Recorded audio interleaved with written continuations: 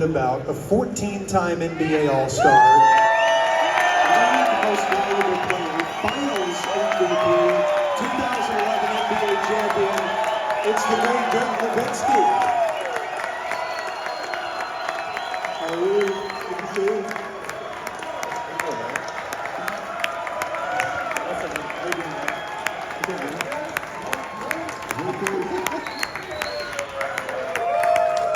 Oh, and he's got a statue outside the arena, and he's in the Hall of Fame.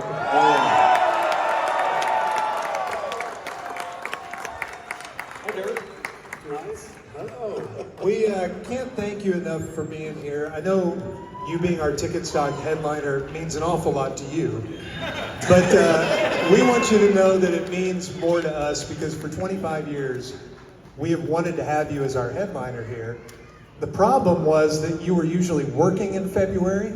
Hard. And even if we had TicketStock on All-Star Weekend, you were usually busy then too. So we're really happy that now the schedule's worked, and we just can't thank you enough for being here. Thank you. So have you taken beyond the statue introduction? What do you call that when you unveiling? Yeah. Have you taken the kids down there like, let's go see Dad a little bit and just see what's up with Dad? You know, obviously we're not taking the games. We take the ride on Nowitzki Way, and so that'll always stay exciting. For me, it's still surreal, but the kids get a kick out of it every time. And then, of course, drive by the statue, and so it still feels super surreal to have all this stuff in the city that I didn't even grow up in, and just kind of came here as a young kid, trying to make it really in the NBA. So it still feels amazing that kind of grew into the city and in this town, and it's been an amazing journey for sure. Were you happy they took the 3 balls off the statue and just went with one?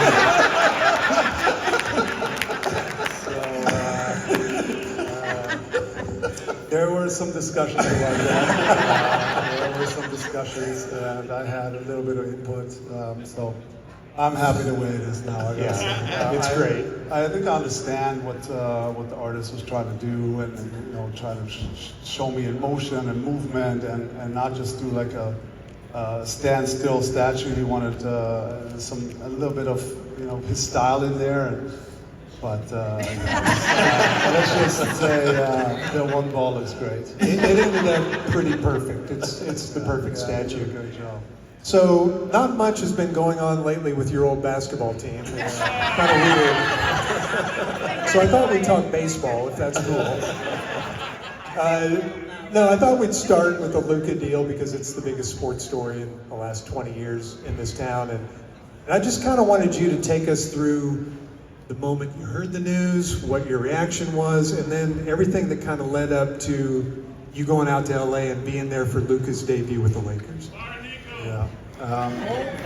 So I was, when I said yes to this, I obviously had no idea this trade was coming. So I gotta say, it's just a tough position for me to be in, and I actually, didn't really feel comfortable coming here today. But we obviously have a great relationship with the ticket with you guys for a long, long time. So we made this happen, but I'm gonna keep this as brief as I can. I don't really want to get into any details of the whole deal. I mean, we really can talk baseball if you want. Yeah, we'll do it. We'll talk guitar with Gordo, and that'll be a little better for me. But so when I saw the news, I was actually all across on the other side of the world. I was vacation with the family in the Maldives. I'm not sure you guys are familiar with this. It's in the middle of the Indian Ocean. So it's far, far away, and it was the middle of the day because we're 12 hours ahead. And my phone starts blowing up. We're actually about to go to lunch, and then we're leaving that day to travel back, and my phone just starts blowing up left and right.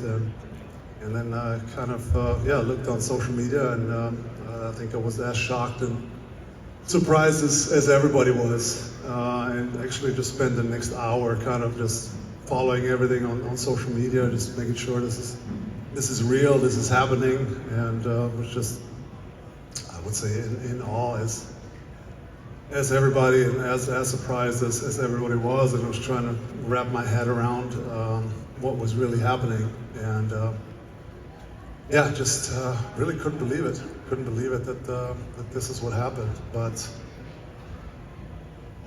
then fast forward, coming home, obviously Luka, we texted a bit. Of course, I felt a little disappointed and sad for him, you know. I think he obviously didn't see this coming. So he invited me to come out to his first game in LA, and I felt like I had to support him. Yeah. You know,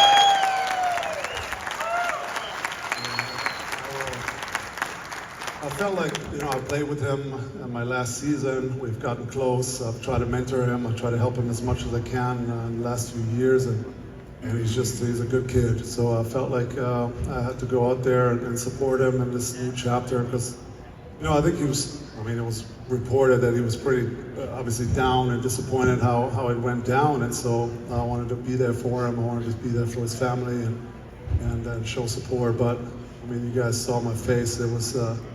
It was weird. It was surreal to see him play for the Lakers, and so at the end of the day, I mean, I'll never be a Lakers fan, but it will always be a Luka fan. It was good to see him and good to be there for him.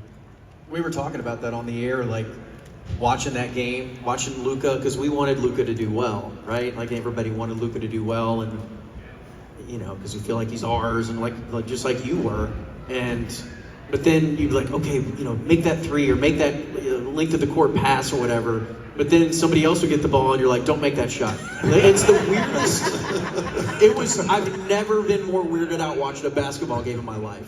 Yeah, it was definitely just being there, being in the stadium, watching them in the purple and gold was just. Yeah, like I said, it's a surreal moment and surreal for me, but I was happy I did it. I'm happy I went to support him, and I think now, after a few weeks, I think he's looking forward to the opportunity there. He's playing for one of the biggest clubs in the world, so I think he's seeing the opportunity now, and obviously he needs to wrap his head around that he's still be with the Lakers now, and he needs to obviously move forward and do his thing out there. And we all, of course, wish him well. The other side of it, what the Mavericks have now moving forward, and you're familiar with Anthony Davis. If you could just talk about what is here now, the team and how they're constructed, and they get him back on the floor, could be pretty interesting. Yeah, I think if the Mavs are healthy, I think they have a heck of a team.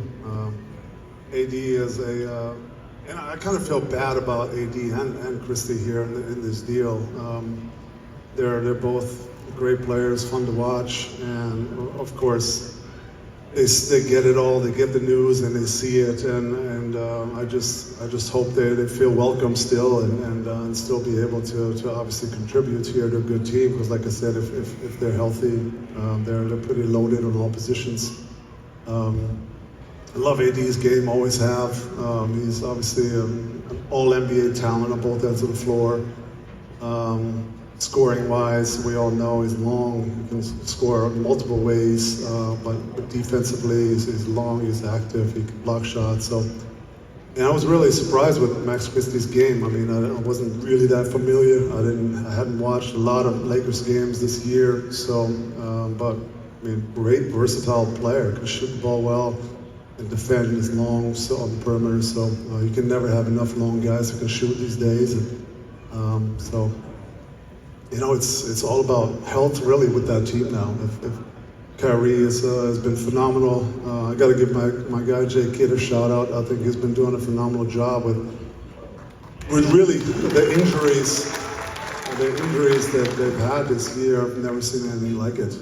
It's just devastating, one after the next going out, and the lineups they have to roll out there and sign guys, you know, to 10 days and play the same day at night. So, but the kids been having them together and believing in each other and playing hard for each other. So, you know, even with everything that's going on, to win 4 out of 5 going into break and to lose against Zach basically at the buzzer, it's been a heck of a run. So, you know, hopefully they can keep that up and get healthier one by one and see what's possible down the stretch here in the playoffs.